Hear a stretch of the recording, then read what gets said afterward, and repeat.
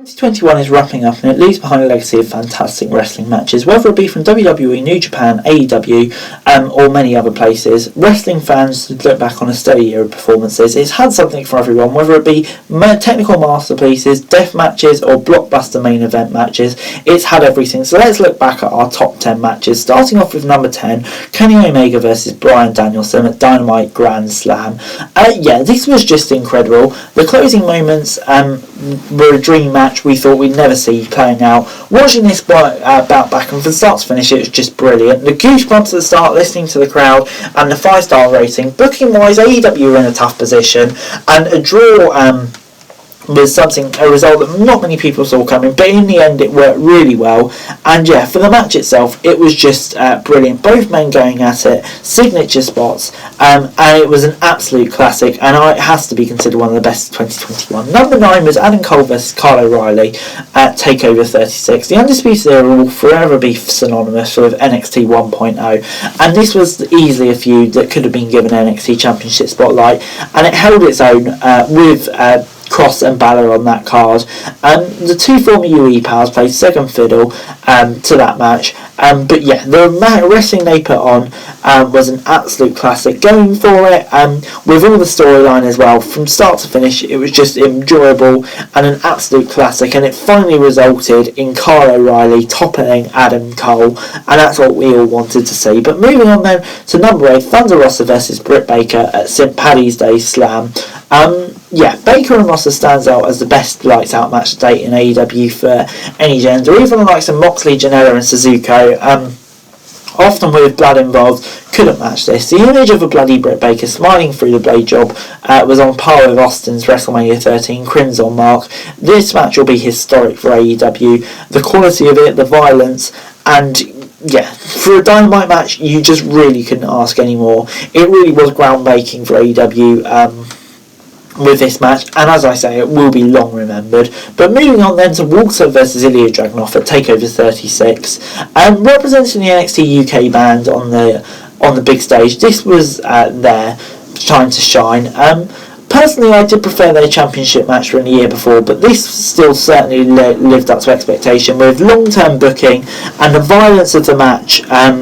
It really started to show what NXT can do, and hopefully it's the start of a more mainland trip to NXT for Walter and Dragunov. And yeah, of course it resulted in the toppling of Walter after all of that time, a surprising and shocking result which all made the occasion better. But moving on then to number 6, Danielson vs Suzuki on Rampage. Without a shadow of a doubt, this was wrestling at its peak. A rematch from Danielson's original days in Japan versus Murder Grandpa was a blockbuster attraction that wrestling fans were begging to see as soon as he left. Minori's say in AEW was brief, but yeah, his initial stare down with Moxley all led down to this match. The 20-minute bout was a cringe-inducing match that had everything imaginable. At stages I was worried for Danielson's health, and for a violent match like this is all you wanted, and both men survived, thank God, because this match was just outstanding. Number 5 was Kanisha Ricardo versus Will Ospreay at Wrestle Kingdom. Any of these two wrestling at Wrestle Kingdom, you just know it's going to be brilliant. Ricardo and Ospreay made some of their best matches in 19 and 20, but the freshly turned heel Ospreay battled his former ally for an hour in a Tokyo Dome, proving that he was more than worthy of being in the main event, and it's looking very likely to be a staple of the 2022 edition of Wrestle Kingdom. And yeah, based off this match, with some of the absolute masterpiece of pro wrestling they were putting together here, it's only going to be a banger, and yeah, I'm really looking forward to it again. Because if anything like this, it's just going to be incredible. But moving on to number 4, Finn Balor versus Pete Dunne. This was a brilliant match. Both technical masters and hard-hitting breathers. Dunne and Balor delivered on the high standards they set for themselves. Balor's return to NXT should be seen as a massive success, mostly because it helped establish stars like Dunne and O'Reilly. And this was probably one of the main examples. I wish I could make this number 1 on the list, but yeah, it's just a testament to how much good wrestling there was this year. The technical, violent masterclass like this couldn't make the top 3, because yeah, just go back and watch it. The quality of this match is just astounding. Moving on to number 3, Roman Reigns versus Daniel Bryan on SmackDown.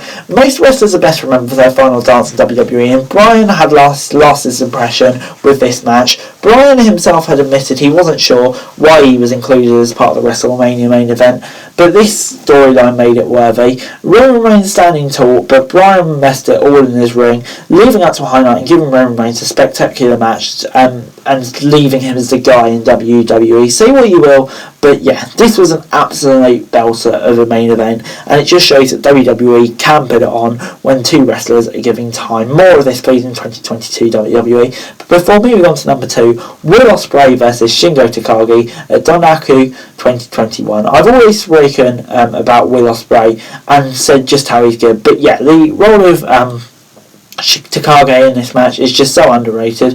Ospreay will be forced to have to take time away, but yeah, it really just showed the quality coming back, and they could have a match like that. And it wasn't just the match itself, it was the feud as well leading up to this. It was also good and led to the match being absolutely incredible, and for me the best New Japan match of the year, which isn't a statement to be taken lightly considering the amount of bangers we see in that promotion. But moving on then to number 1, and the Young Bucks versus the Lucha Bros at All Out. These 4 men have competed in Match of the Year candidates several times, and tag team wrestling can be a beautiful art form when executed perfectly, so it's no surprise it definitely lived up to everything it had. Every member of this match received a moment. The Young Bucks could easily retire following this incredible match. The Lucha Bros have gone on to compete in equally fun matches against the likes of FTR, and AEW is where tag teams are really getting to shine, and this was an example of this. The steel cage match helped at no end, and yeah, it really just showed the greatness of the 4 wrestlers on display, and that for me is what makes it number 1 this year. But anyway guys, that's it for today. Thanks very much for watching, and like, share, subscribe. Any thoughts, comments down below. Follow on to thank you very much for daily football news, and subscribe to the channel, screen around there, we greatly appreciated. Thanks very much for watching. Peace!